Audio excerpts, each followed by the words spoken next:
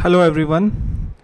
सबसे पहले तो मैं आपसे रिक्वेस्ट करूंगा कि अगर आपने ये playlist learn to perform docking playlist access नहीं की हुई तो इसको काइंडली आप एक्सेस कर लें, क्योंकि मैं जो भी वीडियोस अपलोड कर रहा हूँ वो एक सीक्वेंस से कर रहा हूँ और आपने भी इन वीडियोस को ऐसे ही फॉलो करना है, एक सीक्वेंस में फॉलो करना है ताकि आपको ज़्यादा अंडरस्टैंडिंग हो। क्योंकि हर आने वाली वीडियो, हर जो एवरी वीडियो लिंक्ड है प्रीवियस वीडियो के कॉन्सेप्ट के साथ, तो आपको बैकग्राउंड पता होना चाहिए। आप कोई भी वीडियो फॉलो कर रहे हैं उसके आपको पता होना चाहिए इससे पिछली वीडियो में क्या बात कही गई है, इससे आपकी ज़्यादा अंडरस्टैंडिंग होगी।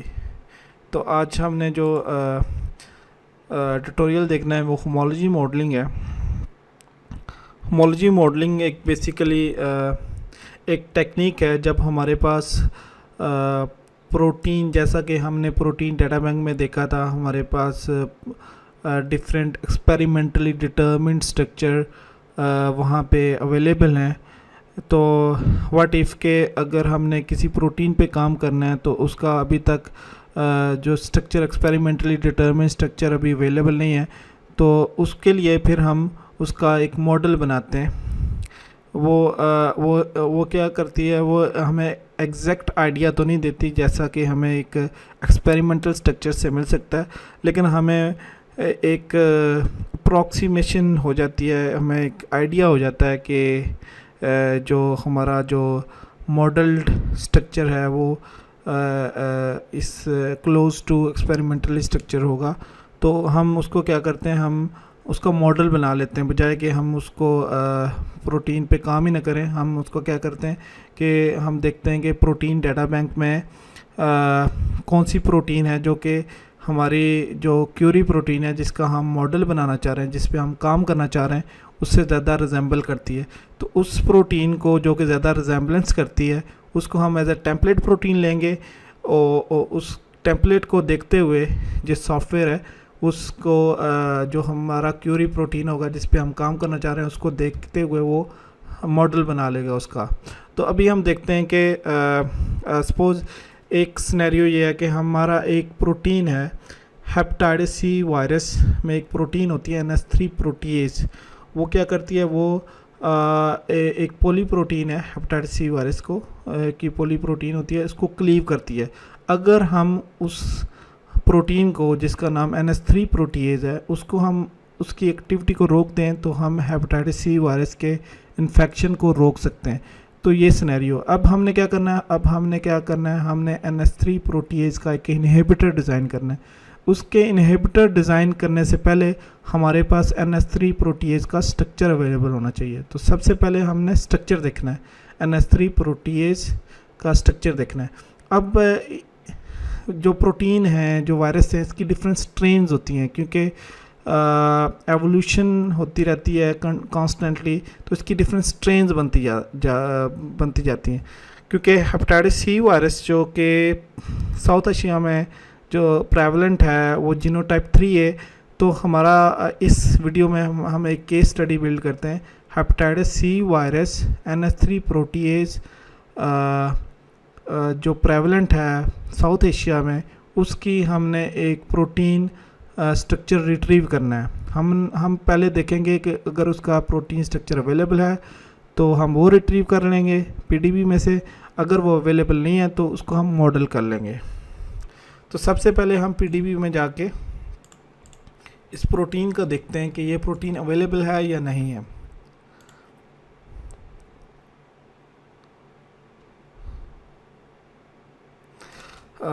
HCV hepatitis C virus NH3 protease genotype 3A।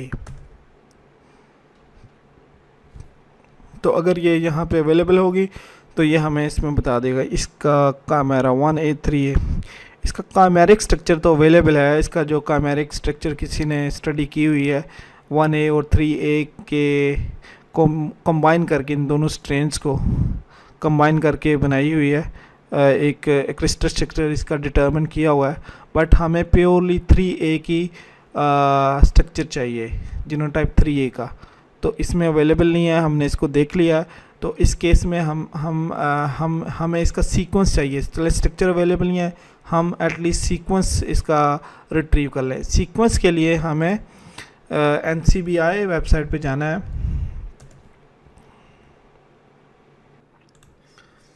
तो हम NCBI पे आ जाएंगे, ncbi.nlm.nih.gov, ये इसका URL है। तो इसमें आप क्योंकि हमने प्रोटीन का सीक्वेंस चाहिए हमें NH3 प्रोटीएज का, तो हम यहाँ से प्रोटीन सेलेक्ट करेंगे ड्रॉप डाउन मेन्यू से, HCV NH3 proteases genotype 3A। तो ये डिफरेंट हिट्स आ रही हैं, तो इसमें हम चेक कर लेते हैं हमें किसका चाहिए। हमें एक्चुअली स्पेसिफिक टू पाकिस्तान हम देख लेंगे जो सीक्वेंस है NH3 प्रोटीएज का पाकिस्तान में, तो उसका हम देखते हैं। ये देखें, ये इसकी डिटेल आ रही है, एक्सेशन वगैरह आ रहा है, यहाँ पे इसकी बताया हुआ है। ये हेपेटाइटिस C है, इसकी होस्ट होमोसेपियन है, कंट्री फ्रांस है, जीनोटाइप 3A है। हमें जो है ना कंट्री पाकिस्तान, तो हम इसको यहाँ मेंशन कर देते हैं पाकिस्तान, क्योंकि जो प्रेवलेंस की मैंने बात की थी साउथ एशिया में, उसकी प्रेवलेंस मींस के उसमें ज़्यादातर ये साउथ एशिया में 3A जो है ना इसकी प्रेवलेंस है। तो पाकिस्तान भी साउथ एशिया में, तो इसकी हम इसमें देख लेते हैं।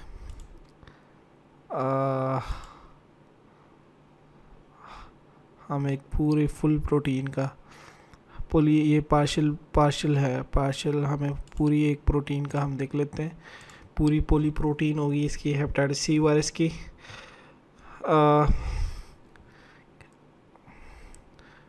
तो ये देखें, hepatitis C virus genotype 3 Homo sapien है, कंट्री पाकिस्तान है, जीनोटाइप 3A है। अब ये इसका वो रीजन पूरा बता रहा है कि ये प्रोडक्ट ये माइनस नंबर 1 से लेके 3023 तक है, और इसमें डिफरेंट प्रोटीन्स हैं, क्योंकि ये पोली प्रोटीन है जैसे मैंने आपको पहले बताया। इसमें डिफरेंट प्रोटीन्स हैं, कुछ प्रोटीन कैप्सिड बना रही हैं, कुछ कोर में इन्वॉल्व हैं, कुछ इन्वेलप प्रोटीन बना रही हैं। इसमें डिफरेंट प्रोटीन्स हैं। तो हम क्या देख रहे हैं, NH3 प्रोटीएज। तो NH3 प्रोटीएज हम देख लेते हैं कि कहाँ पे हमें अवेलेबल होगा।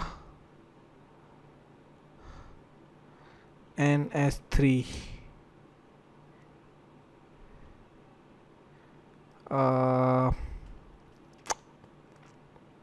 NH3 प्रोटीएज,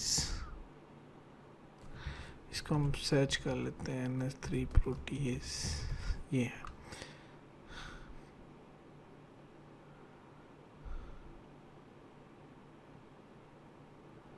बट ये नहीं है, ये तो यस यही है NH3 प्रोटीएज। तो इसको हम अगर रीजन को हम हाईलाइट करते हैं तो ये देखें, ये रीजन आ गया। तो इसको अब हम क्योंकि जब हम इसकी होमोलॉजी मॉडलिंग करेंगे या हमने देखना है कि इस प्रोटीन के अगेंस्ट प्रोटीन डाटा बैंक में कौन सी प्रोटीन है जो कि इससे रिजेंबल करती है, तो हमें ये पर्टिकुलर सीक्वेंस हाईलाइटेड चाहिए, हमें पूरी पोली प्रोटीन का नहीं चाहिए। तो हम क्या करते हैं, हम इसको सेव इसके पूरे प्रोटीन के सीक्वेंस को, पूरी पोली प्रोटीन को हम सेव कर लेते हैं। फास्टा ले जाते हैं, यहाँ से डाउनलोड कर लेते हैं, यहाँ से भी हो सकता है। इसको आप फास्टा में सेंड टू करें और इसको फाइल में सेव कर लें, या फिर हम इसको कॉपी कर लेते हैं, इस पूरे सीक्वेंस को कॉपी कर लेते हैं। ये पूरी पोली प्रोटीन है, तो हमें इसमें जस्ट NH3 प्रोटीएज चाहिए, क्योंकि हम पूरी हेपेटाइटिस C वायरस की प्रोटीन को पे काम नहीं करना चाह रहे, हमें जस्ट पोली प्रोटीन चाहिए। तो हम इसमें डाउनलोड्स में जाते हैं, हमें इसमें एक वर्ड की फ़ाइल क्रिएट करते हैं और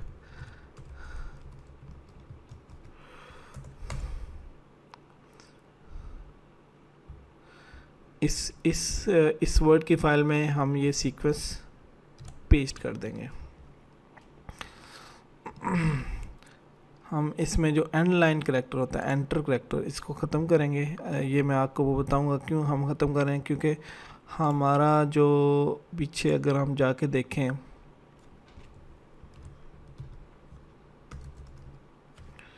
ये रीजन हमने अमाइनो एसिड नंबर 1061 से लेके 1209 से का रीजन हमने उठा के इसको हमने सेग्रीगेट कर लेना है, इसको हमने एक्सट्रैक्ट कर लेना है पूरे HCV पॉलीप्रोटीन के सीक्वेंस से।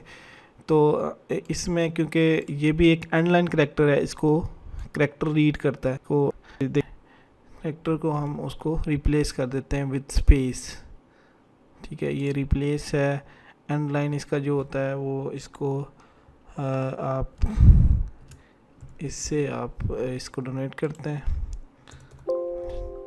प्लेस ऑल करेंगे तो ये देखें ये सारे एंड लाइन करैक्टर्स ख़त्म हो गए। सॉरी, ये तो अब हमने जो सिलेक्ट करना है वो यहाँ से देखें 1061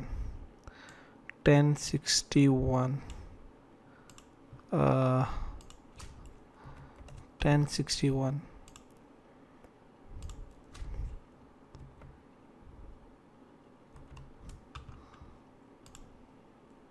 ये देखें TEGE से स्टार्ट हो रहा है 1061। इसको हम हाईलाइट कर लेंगे और ये हमने करना है 1209 तक। तो यहाँ से हम सिलेक्ट करेंगे, यहाँ से इसको 1209 तक हम इसे 1209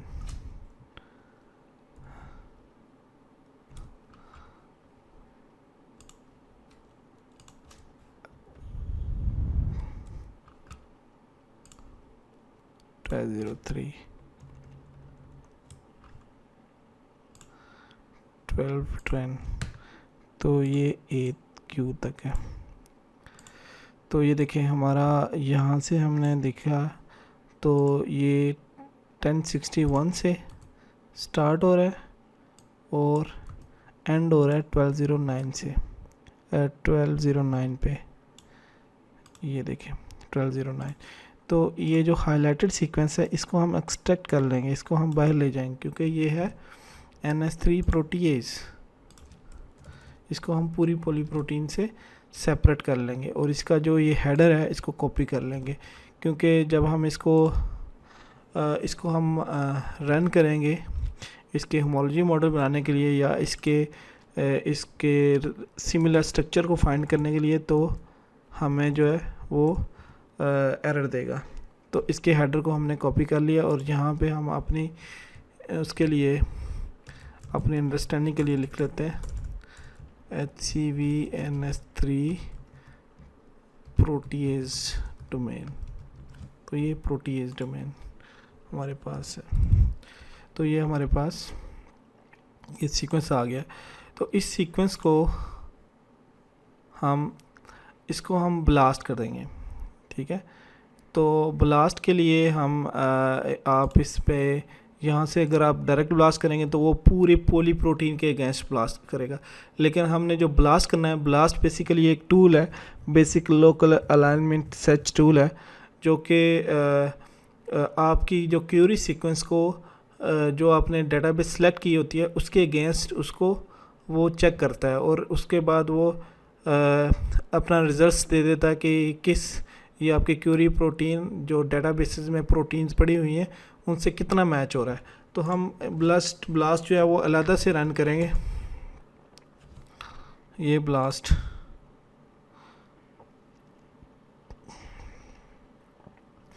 हाँ, इसमें डिफरेंट ब्लास्ट हैं, तो इसकी मैं डिटेल में नहीं जा रहा। हम क्योंकि प्रोटीन के सीक्वेंस को देखना चाह रहे हैं, हम अपना जो क्यूरी प्रोटीन है,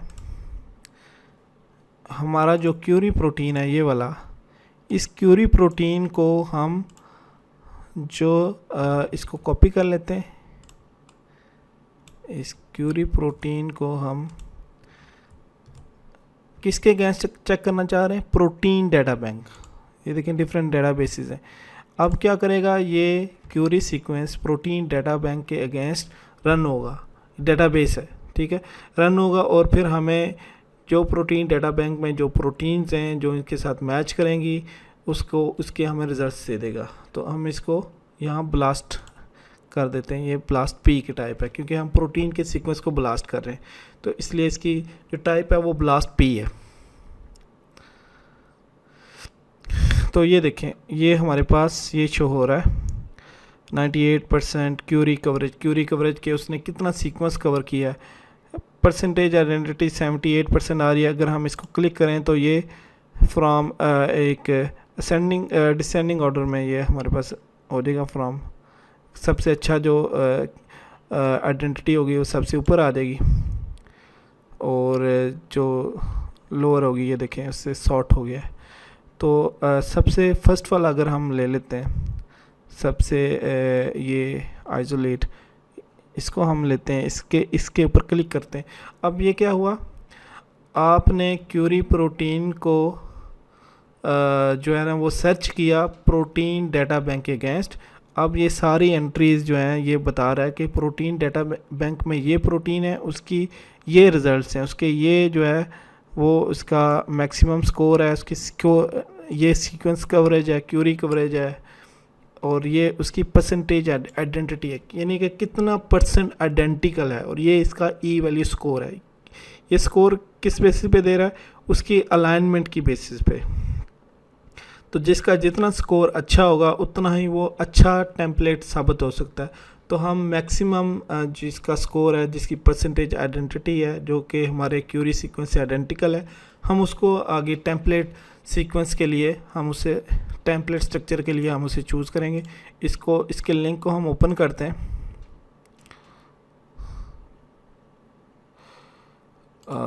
ये यहाँ पे नहीं आ रहा, हम नीचे वाले को देख लेते हैं। इसकी भी जो है वो सेम है, परसेंटेज आइडेंटिटी।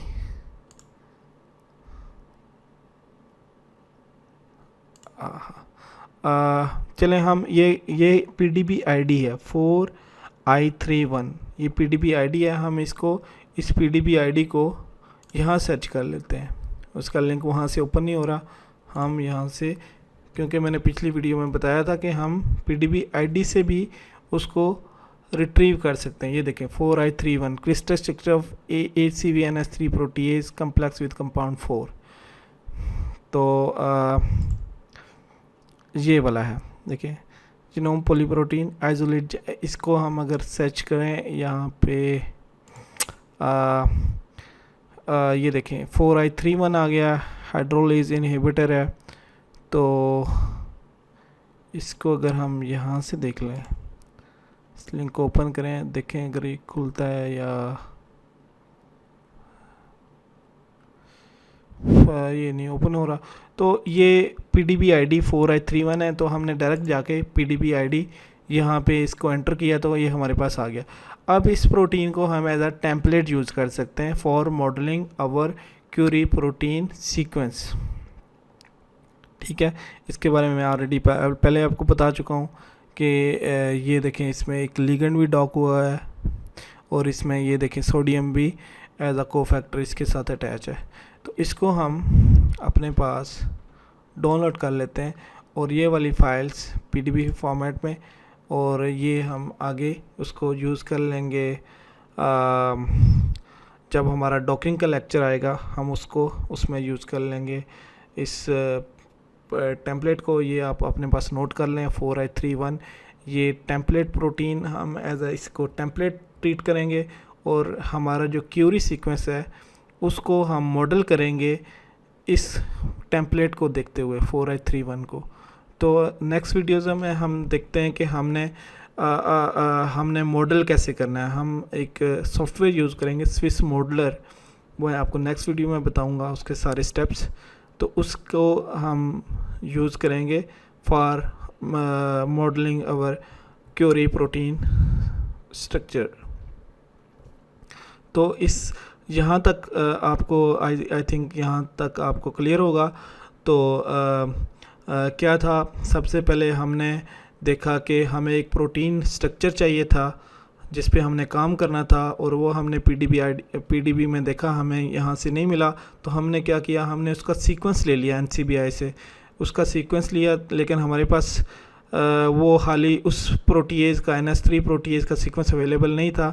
हमें एक पोली प्रोटीन की फॉर्म में अवेलेबल था। उससे हमने जाके, क्योंकि उसमें सारी एनोटेशन की हुई है उन्होंने कि कौन सी प्रोटीन का सीक्वेंस कहाँ से स्टार्ट हो रहा है, तो हमने यहाँ से उसका सीक्वेंस ले लिया। हमने पूरा पोली प्रोटीन हमने अपने वर्ड फाइल में कॉपी किया, और फिर यहाँ से हमने देख लिया कि इसका रेजिड्यू किस रेजिड्यू तक ये NS3 प्रोटीएज है। तो हमने इसको मार्क करके इसको सेपरेट कर लिया। सेपरेट करके हमने इसको रन किया, इसका ब्लास्ट रन किया। ब्लास्ट क्यों रन किया, क्योंकि हमें देखना है कि इस प्रोटीन के सीक्वेंस से जो प्रोटीन डाटा बैंक में जो प्रोटीन्स पड़ी हुई हैं, कौन सी प्रोटीन इस सीक्वेंस के साथ ज़्यादा मैच करती है। तो फिर हमने ब्लास्ट किया तो हमें पता चला कि वहाँ पे 4i31 जो PDB ID वाली प्रोटीन है वो ज़्यादा इससे रिजेंबलेंस कर रही है। परसेंटेज आइडेंटिटी अच्छी आ रही थी, तकरीबन 78.91% आ रही थी।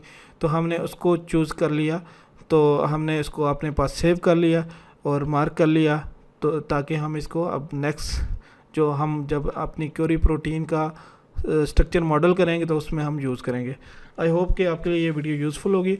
अगर आपको कहीं पे कोई प्रॉब्लम होता है तो आप मुझे प्लीज़ कमेंट करके पूछ सकते हैं। Thank you very much.